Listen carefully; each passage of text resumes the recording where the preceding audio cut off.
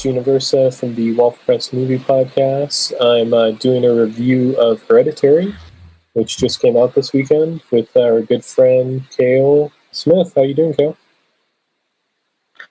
I'm doing great, Gene. How are you? I'm doing good. Seems, we were talking about this earlier. We had different opinions of this film that just came out. I feel like it's been a bit decisive, kind of like A24's other horror films that came out around the same time. So, The Witch, Yes. It Comes at Night, all those kind of releases from A24. It seems, it's a good reaction to have, it makes people feel different stuff. Sometimes they don't dig as much, but it's, a little... right. It's a little interesting to see that this always divides people around this time. Right. A24. Oh, yeah, last year... every A24 horror movie release so far, The Witch and It Comes at Night, they've all had very decisive views. They've all, and a lot of it does come from the fact that their marketing campaigns are a little misleading. Like The Witch, you think you're going to see, a witch, and you think that the witch is going to be a big presence in the movie, but really the witch is more of a kind of a psychological drama about this, family that was so over religious they got kicked out. Right. And then It Comes at Night, it was kind of marketed as like this apocalyptic thriller where creatures come at night or something like that. And that didn't, and something in that movie, but it never kind of manifests. It never like, it becomes more about the paranoia between the two families in that movie. So for Hereditary, I felt this marketing campaign was more spot on than what people will give it credit for. Yeah, it's more honest, but yeah. Just a really quick thing about that. I don't disagree with their marketing. It's, it's damned if you do, damned if you don't. If you market it kind of as the more cerebralness of the film, people won't be interested. If you kind of do a mystery box thing, you kind of intrigue people, but then you invite these expectations in. So, it's kind of a paradox in marketing, I find. It is. And it's tough because it's hard to convince people to go for this. And the thing I will give A24 credit for this movie is that the movie, like, you can watch, like, the movie is weird and strange and dramatic and strange as the trailers and marketing have been. So it's tone wise and what you're supposed to see in the movie, like, it matches what you're supposed to see. Like, it promises. I think the reason why there's a decent play, I think it has more to do with, I think people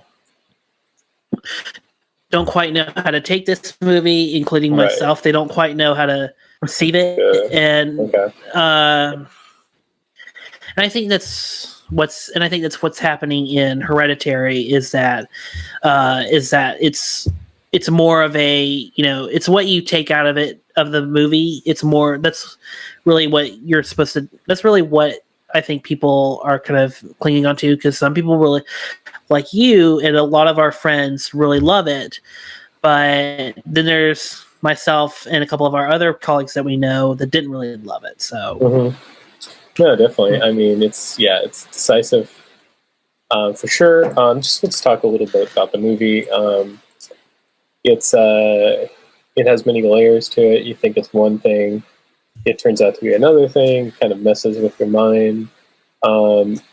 And I know you were saying it wasn't scary, but I think it wasn't supposed to be scary as in frightening. I think it was more so like unsettling and creepiness, because it wasn't just kind of the themes it deals with, like spirits and mysticism and stuff like that. And I think it's more about like psychosis and like kind of the fragile mental state, and it kind of puts you in the state that Toni Collette's character is. And I think that's the most frightening thing of all, is just kind of like how easy the mind could, evaporate, I suppose. Out of all the, things in that movie, I think that was the most unsettling thing, like when... I think there is a psychology element to it, particularly on the mind. There's a psychosis part of it too, where, because she explains in that opening, that meeting with all in the opening, that her family does have a history of mental health, and it's explained like who had schizophrenia and who had all like all these mental health issues. And so the movie could have been easily like, is it hereditary? Is everything happening to them, is it all a case of schizophrenia, where the mind's just getting more and more fragile because of tragedy that's happening around them? Or is it because of something really haunting and more, supernatural? Yeah, definitely. But I think it's, you have to at least give it credit for kind of exploring that. Mm-hmm. And I do think it is interesting. I think these elements of the film are very interesting. I think where I lie in where my interests are is that I don't really find the characters compelling enough, because the movie tries so hard to distance itself. It tries so hard to, like, I don't want to say distance itself. Maybe it tries so hard to, like, put up this barrier of weirdness, to create the atmosphere around the family, that it becomes too off-putting. A little bit. So when you're supposed, so it's natural to care about the family during certain points in the movie. Yeah, you feel awful for them.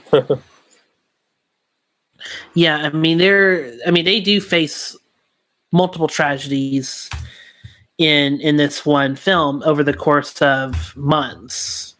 But still, in the end of the day, and this has come off in my review of it as well, is that at the end of the day, it's just a movie.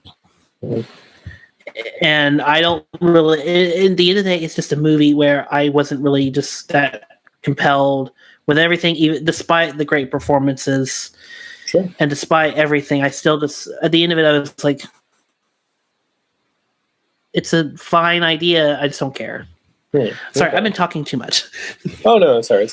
Yeah, I don't think it's for everyone for sure, but I really appreciated just how, I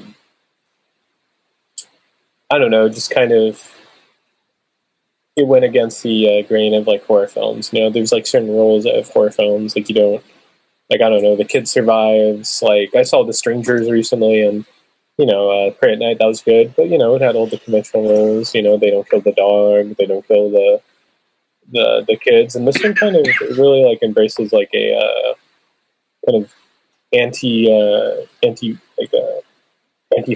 to that, and it was interesting to see. I don't think it's for everyone for sure, but it's at least if you disagree with it, you could consider it like a noble experiment.